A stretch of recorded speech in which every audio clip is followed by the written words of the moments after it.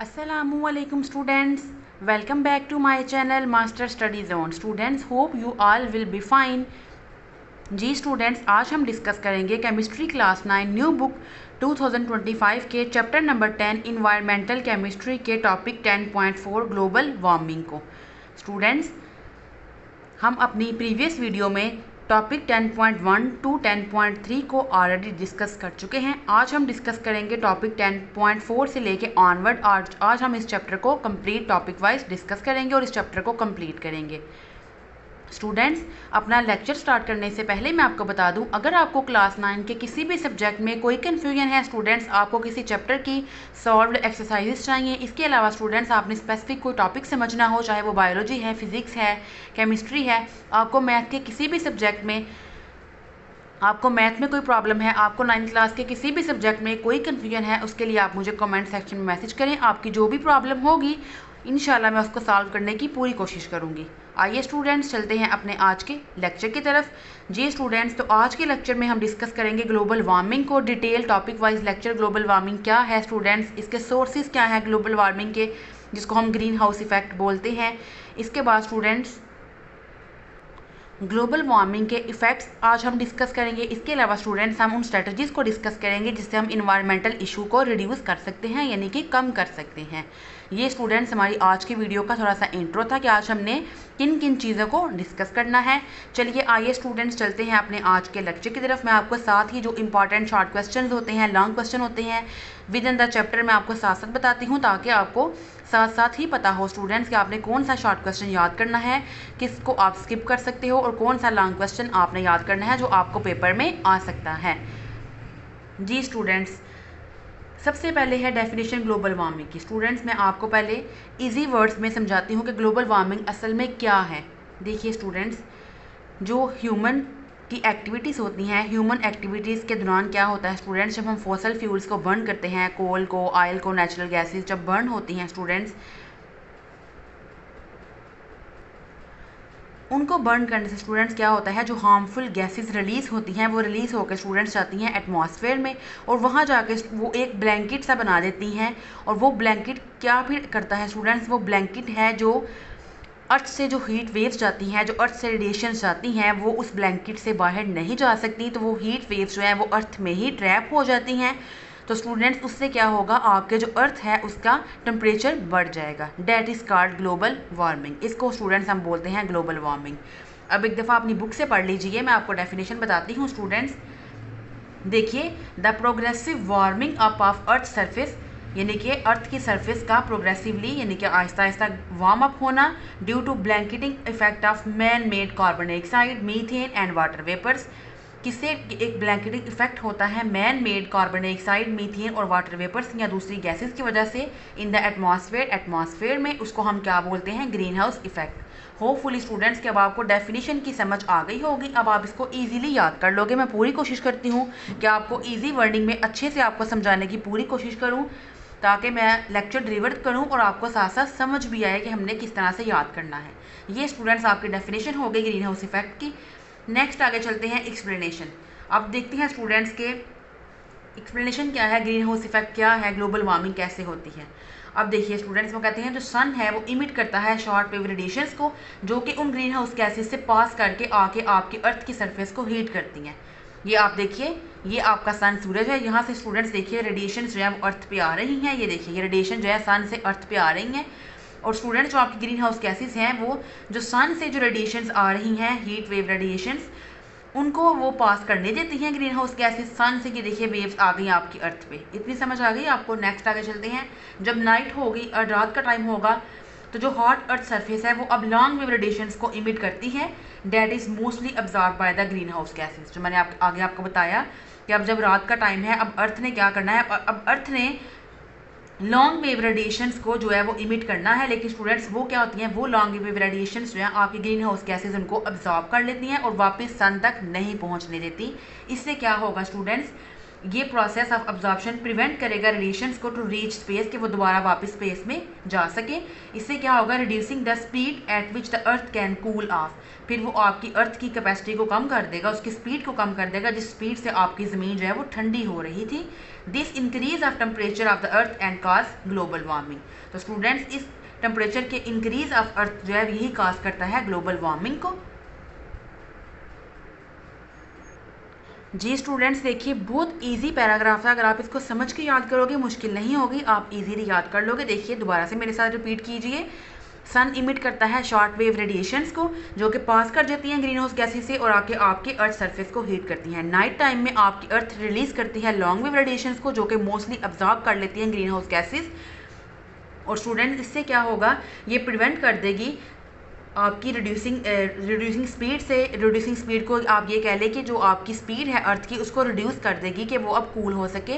अर्थ की cooling speed को जो है वो रिड्यूस कर देती है ये। इससे क्या होगा, आपके अर्थ का टेम्परेचर जो है वो आपका बढ़ जाएगा और इसको हम बोलते हैं, जो क्या काज करेगा, ग्लोबल वार्मिंग, जिसको हम बोलते हैं ग्रीन हाउस इफेक्ट। अब देखिए स्टूडेंट्स, नेक्स्ट हम डिस्कस करते हैं, वो कहते हैं जितनी कंसंट्रेशन ज़्यादा होगी कार्बन डाइऑक्साइड की और अदर ग्रीन हाउस गैसेस की, उतनी ही अब्जॉर्प्शन ज़्यादा होगी और उतना ज़्यादा क्या होगा, ग्लोबल वार्मिंग, यानी कि उतने ही इंक्रीज आएगा ग्लोबल वार्मिंग में। यहाँ तक स्टूडेंट्स आपने कंप्लीट जो है वो अपना लॉन्ग क्वेश्चन आपका यहाँ तक अब पहला कंप्लीट हो गया, डिफाइन ग्लोबल वार्मिंग या फिर डिफाइन ग्रीन हाउस इफेक्ट, और उसकी एक्सप्लेनेशन आपने उसको डिटेल में एक्सप्लेन करना है। यहाँ तक आपका आंसर कंप्लीट हो गया। नेक्स्ट स्टूडेंट्स, आपका नया अगला लॉन्ग क्वेश्चन स्टार्ट होता है sources of green house gases, कि स्टूडेंट्स ये ग्रीन हाउस गैसेस कहाँ से आती हैं, इनके सोर्सेज क्या हैं, अब हम उनको डिस्कस करते हैं। जी स्टूडेंट्स, ये मैंने आपके लिए पॉइंट्स बना दिए हैं ताकि इजीली आप लोग याद कर सके। पैराग्राफ की फॉर्म में स्टूडेंट्स इतनी आसानी से याद नहीं करते क्योंकि उनको फुल पैराग्राफ इतना मुश्किल लगता है, तो आप पॉइंट्स की फॉर्म में याद करेंगे तो आप इजीली याद भी कर लेंगे। और अगर आप स्टूडेंट्स पॉइंट्स की फॉर्म में पेपर में लिखेंगे अपने इस लॉन्ग क्वेश्चन को, तो आपके अच्छे मार्क्स जो है पेपर में आ सकेंगे, क्योंकि जो पॉइंट्स होते हैं स्टूडेंट्स वो एग्जामिनर को अट्रैक्ट करते हैं। अगर आपने पॉइंट्स अच्छे लिखे होंगे तो मे बी कि वो पॉइंट्स में जो आपने एक्सप्लेनेशन लिखी है उनको वो रीड ही ना करें, जस्ट वो आपको पॉइंट्स के मार्क्स दे दें कि आपने हेडिंग बना दी है, तो इट मीन्स कि आपने हेडिंग में उनको ही एक्सप्लेनेशन में अब आपने उन हेडिंग्स को ही एक्सप्लेन किया होगा। जी स्टूडेंट्स, क्योंकि हमने साथ साथ अपने पेपर की तैयारी भी करनी है, तो आपका पहला पॉइंट है, पहला पॉइंट आप लिखोगे burning of large amount of coal, oil and natural gas. ठीक है स्टूडेंट्स, ये आपका पॉइंट नंबर 1 होगा। इसमें आप क्या लिखोगे, due to burning of large amount of coal, oil and natural gases the amount of green house gases carbon dioxide together with other gases in the atmosphere has increased. Students वो कहते हैं क्योंकि जब हम बर्न करते हैं oil को natural gases को, तो जो अमाउंट है ग्रीन हाउस गैसेस की जिसमें कार्बन डाइऑक्साइड है और दूसरी गैसेस भी हैं, वो उनकी कंसनट्रेशन क्या हो जाती है, इंक्रीज हो जाती है एटमॉस्फेयर में। इसके बाद स्टूडेंट्स आप सेकंड पॉइंट लिखोगे कट डाउन फॉरेस्ट। होपफुली कि आपको विजिबल होगी स्क्रीन, जैसे मैंने अपनी बुक पे पॉइंट्स बनाए हैं सेम एज इट इज़ आपने स्टूडेंट्स जब भी लेक्चर सुनते हैं पास बुक रखा करें और आपने भी साथ साथ ही पॉइंट्स बनाने हैं। जी सेकंड पॉइंट आप यहाँ से स्टार्ट करोगे, अबाउट हाफ ऑफ दिस की जगह आप लिखना है about half of the carbon dioxide is utilised by the plant life during photosynthesis. Students photosynthesis के प्रोसेस में जब पौधे अपनी खुराक तैयार करते हैं, अपना फूड बनाते हैं, उस टाइम पे आपकी आधी कार्बन डाइऑक्साइड जो है पौधे इस्तेमाल करते हैं। लेकिन जब ह्यूमन बीइंग कट डाउन कर देंगे, फॉरेस्ट को, जंगलात को काट देंगे, तो जो कैपेसिटी है ट्रीज़ की कार्बन डाइऑक्साइड को रिमूव करने की वो फ्रॉम द एयर हवा से इस डिमिनिश्ड, यानी कि वो कम हो जाएगी, डिमिनिश्ड खत्म हो जाएगी। ठीक है स्टूडेंट्स, ये आपका सेकंड पॉइंट था। थर्ड पॉइंट आप स्टूडेंट्स लिखोगे मीथेन। ठीक है, मीथेन की आप हेडिंग दोगे, आप लिखोगे मीथेन भी एक ग्रीन हाउस गैस है जिसके एडवर्स इफेक्ट्स हैं, यानी कि खतरनाक इफेक्ट्स हैं। ये इंक्रीज करती है अपनी कंसंट्रेशन को एयर में, किस वजह से, due to increase decay of vegetation matter, digestion in animals and increased farming on the rice fields. Student जब हम चावलों की फसल लगाते हैं ना, तो उसमें भी जब उस टाइम पे जो गैस रिलीज़ हो रही होती है ना स्टूडेंट्स, उस टाइम पे वो मीथेन गैस जो है वो रिलीज़ होती है। इसके अलावा जब वेजिटेशन मैटर जब डिके करता है और जब एनिमल्स में डाइजेशन होती है स्टूडेंट्स, उस प्रोसेस में जो मीथेन गैस है वो रिलीज़ होती है और ये गैस की कंसनट्रेशन इंक्रीज होगी आपके एटमॉस्फेयर में, तो उससे भी हमारे जो ग्रीन हाउस गैसेज हैं उनकी कंसनट्रेशन ज़्यादा हो जाएगी इन द एटमॉस्फेयर। जी स्टूडेंट्स, फोर्थ वाला पॉइंट आप लिखोगे रिमेनिंग कार्बन डाइऑक्साइड। अब स्टूडेंट्स वो कार्बन डाइऑक्साइड जो आपके पास बच गई है, जो कि यूटिलाइज यानी कि इस्तेमाल नहीं हुई फोटोसिंथेसिस के प्रोसेस में, goes on accumulating in the lower areas of the atmosphere. तो स्टूडेंट्स जो लोअर एरियाज है वहाँ पे वो गैस इकट्ठी होना शुरू हो जाएगी, carbon dioxide gas, and form a thick dense layer, और एक थिक जो है वो एक लेयर बना देगी। वो लेयर बिहेव करती है students like a sheet of green houses, जो कि अलो करती है कि जो मैंने आपको पहले पढ़ाया कि जो सन से रेज आ रही हैं सोलर रेडिएशंस उनको तो वो अलो कर देती है कि वो उसमें से पास कर सकें, लेकिन students but does not allow it escape outside. लेकिन जब अर्थ ने लॉन्ग वेव रेडिएशंस को इमिट करना है तो वो रेडिएशन अपने अंदर से पास नहीं करवाने देती। वो जो थिक डेंस लेयर है उसमें से जो वो रेडिएशंस हैं जो अर्थ ने अब रिलीज़ की हैं वो रेडिएशन उसमें से पास नहीं होंगी। एज अ रिजल्ट नतीजे में क्या होगा, जो अर्थ का टेम्परेचर है वो राइज कर जाएगा, यानी कि अर्थ का टेम्परेचर बढ़ जाएगा, जिसको हम बोलते हैं ग्लोबल वार्मिंग। जी स्टूडेंट्स, अगर आपको लॉन्ग क्वेश्चन आएगा तो आपने बिल्कुल ऐसे ही हेडिंग के साथ burning of large amount of coal, oil and natural gas first heading, second heading cut down forest, third heading methane, and fourth heading is remaining carbon dioxide. इस तरह से आपने 4 पॉइंट्स लिख देने हैं। इंशाल्लाह आपका लॉन्ग क्वेश्चन जो है वो बहुत अच्छा लिखा जाएगा और आप अच्छे मार्क्स जो हैं वो गेन कर सकेंगे। जी स्टूडेंट्स, अब अगर आपको अलग से शॉर्ट क्वेश्चन आता है कि what is the role of methane in global warming या what is the role of methane in greenhouse gas, तो फिर आप थर्ड वाला पूरा पॉइंट एक्सप्लेन कर दोगे। अगर आपको आएगा कि फॉरेस्ट कट डाउन, अगर हम फॉरेस्ट को कट करें तो उसका क्या इफेक्ट पड़ेगा हमारे एटमॉस्फेयर में, फिर आप सेकंड वाला पूरा पॉइंट एक्सप्लेन कर दोगे। और अगर आपको ये क्वेश्चन आएगा कि जो बर्निंग ऑफ फॉसल फ्यूल है वो किस तरह से ग्रीन हाउस गैसेज में इजाफा करते हैं, तो फिर आप पहले वाले पॉइंट को एक्सप्लेन कर दोगे। ठीक है स्टूडेंट्स, अब इन चारों में से अगर आपको अलग अलग शॉर्ट क्वेश्चन भी आएंगे तो आप इजीली उनका आंसर लिख लोगे। जी स्टूडेंट्स, नेक्स्ट हम डिस्कस करते हैं following are the adverse effects of global warming. अब स्टूडेंट्स ग्लोबल वार्मिंग के इफेक्ट्स कौन कौन से हैं। स्टूडेंट्स जो टॉपिक वाइज आपको एक्सरसाइज नज़र आ रही हैं ब्लू बॉक्स में, और स्टूडेंट्स जो आपके चैप्टर के लास्ट में short questions and constructed response questions given होते हैं उनको डिटेल से हम ऑलरेडी डिस्कस कर चुके हैं। स्टूडेंट्स ऑलमोस्ट कंप्लीट बुक के एक्सरसाइज के short questions and topic wise short questions exercise तमाम स्टूडेंट्स फुल बुक की तमाम वीडियोस मेरे यूट्यूब चैनल पर अपलोडेड हैं।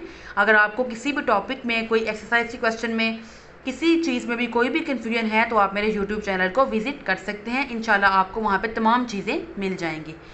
जी स्टूडेंट्स, नेक्स्ट है पहला पॉइंट है इफेक्ट है हमारे पास राइज इन सी लेवल। अब देखिए स्टूडेंट्स, ऑब्वियस सी बात है जब अर्थ का टेम्परेचर बढ़ेगा उससे स्टूडेंट्स क्या होगा, आइस जो है वो मेल्ट करेंगे, ग्लेशियर्स मेल्ट होंगे और हमारे जो सीज हैं और ओशंस हैं वो एक्सपैंड करेंगे, उनमें पानी ज़्यादा आएगा। इससे स्टूडेंट्स क्या होगा, जो सी लेवल है वो बढ़ जाएगा। This phenomena will threaten the low laying coastal areas of the world. और स्टूडेंट्स दुनिया में वो इलाके जो थोड़े लो लेइंग हैं, यानी कि जो ऐसे जगह जो निचली मतलब कि आप ये कह सकते हैं कि ऊंचे जगह पे नहीं है, जो थोड़े लो लेइंग एरियाज़ हैं, जैसे कि स्टूडेंट्स उन्होंने आपको एग्जांपल भी दी है नीदरलैंड्स हैं एंड बांग्लादेश, आपको उन्होंने एग्जांपल भी दी है। तो इन एरियाज़ में भी फ्लड आने का खतरा जो है वो बढ़ जाता है। तो स्टूडेंट्स ये हमारा पहला इफेक्ट है राइज इन सी लेवल का, कि अगर टेम्परेचर बढ़ेगा तो उससे सीज और ओशन एक्सपैंड करेंगे, आइस मेल्ट होगी और लो लेइंग एरियाज में फ्लड आने का रिस्क बढ़ जाएगा। सेकंड है students increase in rainfall. There may be enormous increase in rainfall in few regions which may increase the sea level. Students वो कहते हैं कि रेनफॉल जो है वो बढ़ जाएगी, बारिश ज़्यादा होगी, और कुछ ऐसे रीजन्स हैं विच may increase the sea level, जहाँ समुद्र का लेवल जो है वो बढ़ जाएगा, सतह बढ़ जाएगी। अल्टीमेटली इससे क्या होगा, वर्ल्ड वाइड फ्लड्स आएंगे, endangering survival of living species, और जो जिंदा जानदार हैं स्टूडेंट्स उनका सर्वाइवल जो है वो खतरे में पड़ जाएगा, क्योंकि फ्लड जो है वो आने ज़्यादा हो जाएंगे। थर्ड है स्टूडेंट्स आपका पॉइंट है इफेक्ट्स ऑन एग्रीकल्चर। अब ज़रात में क्या इफेक्ट पड़ेगा, the changes in the weather will affect the type of crops grown in different parts of the world. Students वो कहते हैं अगर वेदर चेंज होगा तो आपकी क्रॉप्स भी इफेक्ट होंगी, सच एज वीट है एंड राइस है जो कि बेटर ग्रो करती हैं हायर टेम्परेचर में, but other plants such as maize and sugar can do not. तो स्टूडेंट्स कुछ ऐसी फसलें हैं जो कि हाई टेम्परेचर पे जो है वो ग्रो अच्छी करती हैं और कुछ जो है वो कम टेम्परेचर पे अच्छी ग्रो करती हैं। तो ग्लोबल वार्मिंग से जो है वो आपके एग्रीकल्चर पे भी इफेक्ट पड़ेगा। फोर्थ वन है students hot summer and winter. In moderate region में the winter will be shorter and warmer and the summer will be longer and hotter. Students वो कहते हैं मॉडरेट रीजन में द विंटर शॉर्टर हो जाएगा and warmer होगा, और summer will be longer and hotter, और जो गर्मियों के मौसम है बहुत लंबे हो जाएंगे और बहुत ज़्यादा गर्म हो जाएंगे। ये स्टूडेंट आपके 4 पॉइंट थे कि आपने अच्छे से याद कर लेने हैं। ये इफेक्ट्स हैं स्टूडेंट्स ग्लोबल वार्मिंग के। नेक्स्ट हम डिस्कस करते हैं strategies to reduce the environmental issues. जी स्टूडेंट्स, अब अगर आपको शॉर्ट क्वेश्चन आता है, what are the big sources of pollution in big cities, यानी कि मेन जो आपके पास कौन कौन सी चीज़ें रिस्पॉन्सिबल हैं पोल्यूशन की बिग सिटीज़ में, तो स्टूडेंट्स आप स्टार्ट से लिखोगे huge amount of pollutant gases are thrown out in the atmosphere by burning of fossil fuels, automobiles, aeroplanes, industrial machines and coal fired electricity generating plants mainly responsible हैं for the extremely polluted air specially in big cities. ये आपका अगर short question आएगा कि major जो है वो factors क्या क्या हैं जो कि आपके एयर को पोल्यूट करते हैं, तो आपने ये पैराग्राफ उसमें लिख देना है। अब अगर आपको स्टूडेंट्स लॉन्ग क्वेश्चन आएगा तो आप पहला पॉइंट लिखोगे स्टूडेंट्स कौन कौन सी स्ट्रेटजीज रिड्यूस करती हैं आपके इन्वायरमेंटल इश्यूज़ को। पहला है प्लांटिंग ट्रीज़, हेडिंग दोगे प्लांटिंग ट्रीज़। तो स्टूडेंट्स आप लिखोगे प्लांटिंग ट्रीज़ यानी कि पौधे लगाना एक बहुत अच्छा वे है हवा में से पोल्यूशन को कम करने का। एक well known process carried out by plants is photosynthesis in which plants clean the air through absorption of carbon dioxide and releasing oxygen. वो कहते हैं बहुत अच्छा वे है फोटोसिंथेसिस का प्रोसेस, जिसके दौरान क्या होता है पौधे कार्बन डाइऑक्साइड को एब्जॉर्ब करते हैं और ऑक्सीजन को रिलीज करते हैं। अब स्टूडेंट्स अगर आपको अलग से डेफिनेशन आएगी डिफाइंड फोटोसिंथेसिस, तो आप लिखोगे the reaction take place in the presence of sunlight and it is catalysed by the chlorophyll. और ये रिएक्शन किसे स्पीड अप होगा, क्लोरोफिल से। The green pigment present in the leave, और आप ये क्वेश्चन लिखोगे 6 मोल कार्बन डाइऑक्साइड के प्लस 6 मोल वाटर, क्लोरोफिल और सनलाइट की प्रेजेंस में आपके पास क्या बनेगा स्टूडेंट, C6H12O6 ग्लूकोज प्लस साथ में 6 मोल ऑफ ऑक्सीजन। ये अगर आपको अलग से डेफिनेशन आएगी डिफाइंड फोटोसिंथेसिस तो फिर आप लिख दोगे। अदरवाइज अगर आप लॉन्ग क्वेश्चन लिख रहे हो तो आप पहला पॉइंट प्लांटिंग ट्रीज में यहाँ से लेके स्टूडेंट्स लिख दोगे एंड रिलीजिंग ऑक्सीजन तक। अब हम नेक्स्ट आगे डिस्कस करते हैं। जी स्टूडेंट, सेकंड पॉइंट है the particulate matter present in the atmosphere is also remove by the plants when it deposit on leaves, branches and trunk surface. यानी कि स्टूडेंट्स वो कहते हैं पार्टिकुलेट मैटर भी जो एटमॉस्फेयर में प्रेजेंट है उसको भी कौन रिमूव करते हैं, प्लांट्स ही करते हैं। व्हेन इट डिपॉजिट, जब वो इकट्ठा होता है लीव्स पे, ब्रांचेस पे या फिर ट्रंक सरफेस के ऊपर। ठीक है स्टूडेंट्स, इसमें भी आप हेडिंग यही लिखोगे कि प्लांट्स यानी कि आप पौधे ज़्यादा लगाओ। इसकी भी आप या आप ऐसा कीजिएगा कि आप पहले पॉइंट के साथ ही इसको भी एक्सप्लेन कर दीजिएगा particulate matter present in the atmosphere, क्योंकि ये भी कौन रिमूव करता है, प्लांट्स। तो जो आपने पहली हेडिंग दी होगी प्लांटिंग ट्रीज, उसी में आप इस पॉइंट को भी लिख दीजिएगा। जी स्टूडेंट्स, सेकंड आप हेडिंग दोगे कैटालिटिक कन्वर्टर्स।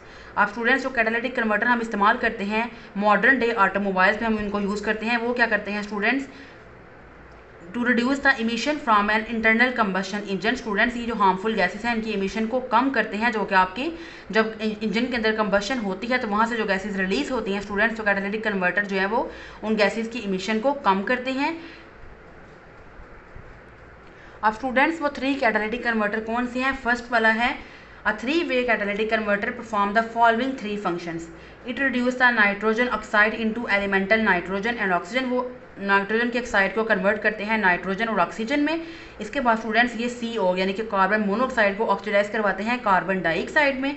और थर्ड है स्टूडेंट्स ये ऑक्सीडाइज करवाते हैं हाइड्रोकार्बन्स को भी into carbon dioxide and water में, जो कि जो है वो इतनी हार्मफुल गैसेस नहीं है। यानी कि कैटालिटिक कन्वर्टर स्टूडेंट्स क्या करते हैं, ये हार्मफुल गैसेस को कन्वर्ट कर देते हैं लेस हार्मफुल गैसेस में या फिर लेस हार्मफुल सब्सटेंसेस में। ठीक है स्टूडेंट्स, ये आपने अपना सेकंड पॉइंट लिख दिया कैटालिटिक कन्वर्टर्स का।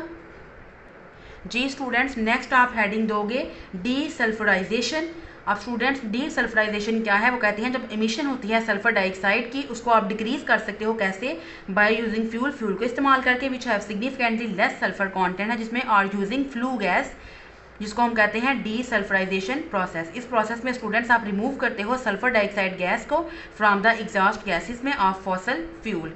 यहाँ तक स्टूडेंट्स आपने ये लिखना है, आपको अलग से डेफिनेशन भी आ सकती है व्हाट इज डीसल्फराइजेशन। उसके बाद नेक्स्ट है students flue gas. What is flue gas, तो आप लिखोगे flue gas is the mixture of waste gases produce when fossil fuels are burned in power plant. यहाँ तक स्टूडेंट्स आप जो है वो अपना थर्ड पॉइंट लिख लोगे, कौन सा, डीसल्फराइजेशन प्रोसेस का।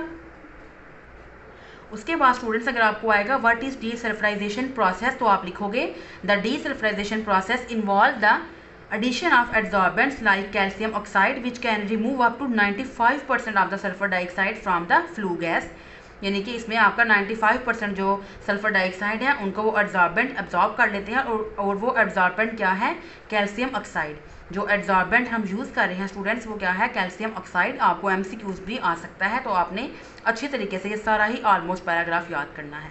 नेक्स्ट स्टूडेंट्स आपका अगला पॉइंट है discourage the excessive use of fossil fuel. ठीक है, ये आप हेडिंग दोगे और इसमें आप क्या लिखोगे कि आपने डिस्करेज करना है excessive use of fossil fuel को। आपने एक्सेसिव हद से ज़्यादा इस्तेमाल नहीं करना फॉसल फ्यूल का।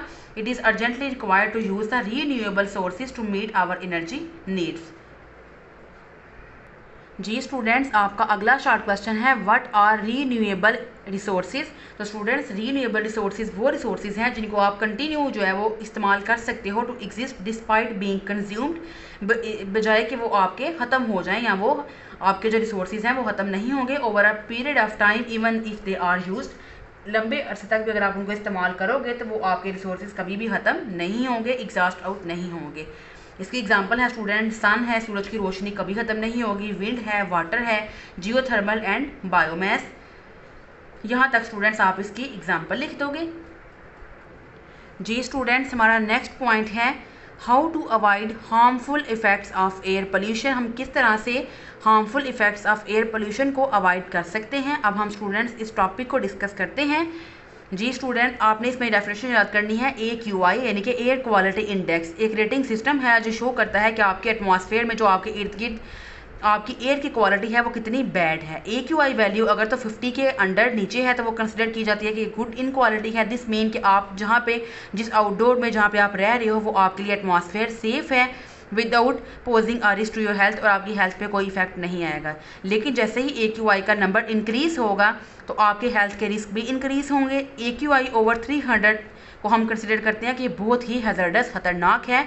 और स्टूडेंट्स ऐसे चिल्ड्रन हैं, बच्चे हैं या फिर अंडर 18 जो कि अंडर 18 है, एडल्ट ओवर 65 और ऐसे लोग जिनको क्रोनिक हार्ट या लंग डिजीज़ हैं और जो डायबिटिक पीपल हैं और हाई रिस्क ग्रुप, इनको हम बोलते हैं कि हाई रिस्क ग्रुप हैं, इनके लिए स्टूडेंट्स ज़्यादा इनको इफ़ेक्ट पड़ता है अगर ये इस तरह के एटमॉस्फेयर में जाएंगे। इसके अलावा जो आउटडोर वर्कर्स हैं उनको भी हम हाई रिस्क ग्रुप में काउंट करते हैं, और क्योंकि स्टूडेंट्स उनका प्रोलॉन्ग एक्सपोजर यानी कि वो ऐसी जगह पे ज़्यादा देर तक रहते हैं जो आउटडोर वर्कर्स होते हैं, तो इसलिए इनके भी जो रिस्क होते हैं कि उनको जो डिज़ीज़ है वो, या फिर ये आप ये कह सकते हो कि उन पे कोई इफ़ेक्ट अगर होगा तो वो ज़्यादा जल्दी होगा।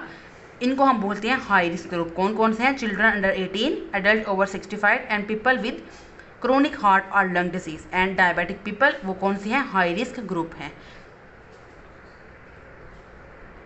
स्टूडेंट्स जब हमने इस चैप्टर की एक्सरसाइज के लॉन्ग क्वेश्चंस को, डिस्क्रिप्टिव क्वेश्चन को जब हमने डिस्कस किया था स्टूडेंट्स, तो उसमें हमारा लॉन्ग क्वेश्चन था कि what are high risk group और ये पोल्यूशन के लिए ज़्यादा डेंजरस क्यों है। तो हमने कंप्लीट लॉन्ग क्वेश्चन डिस्कस किया था।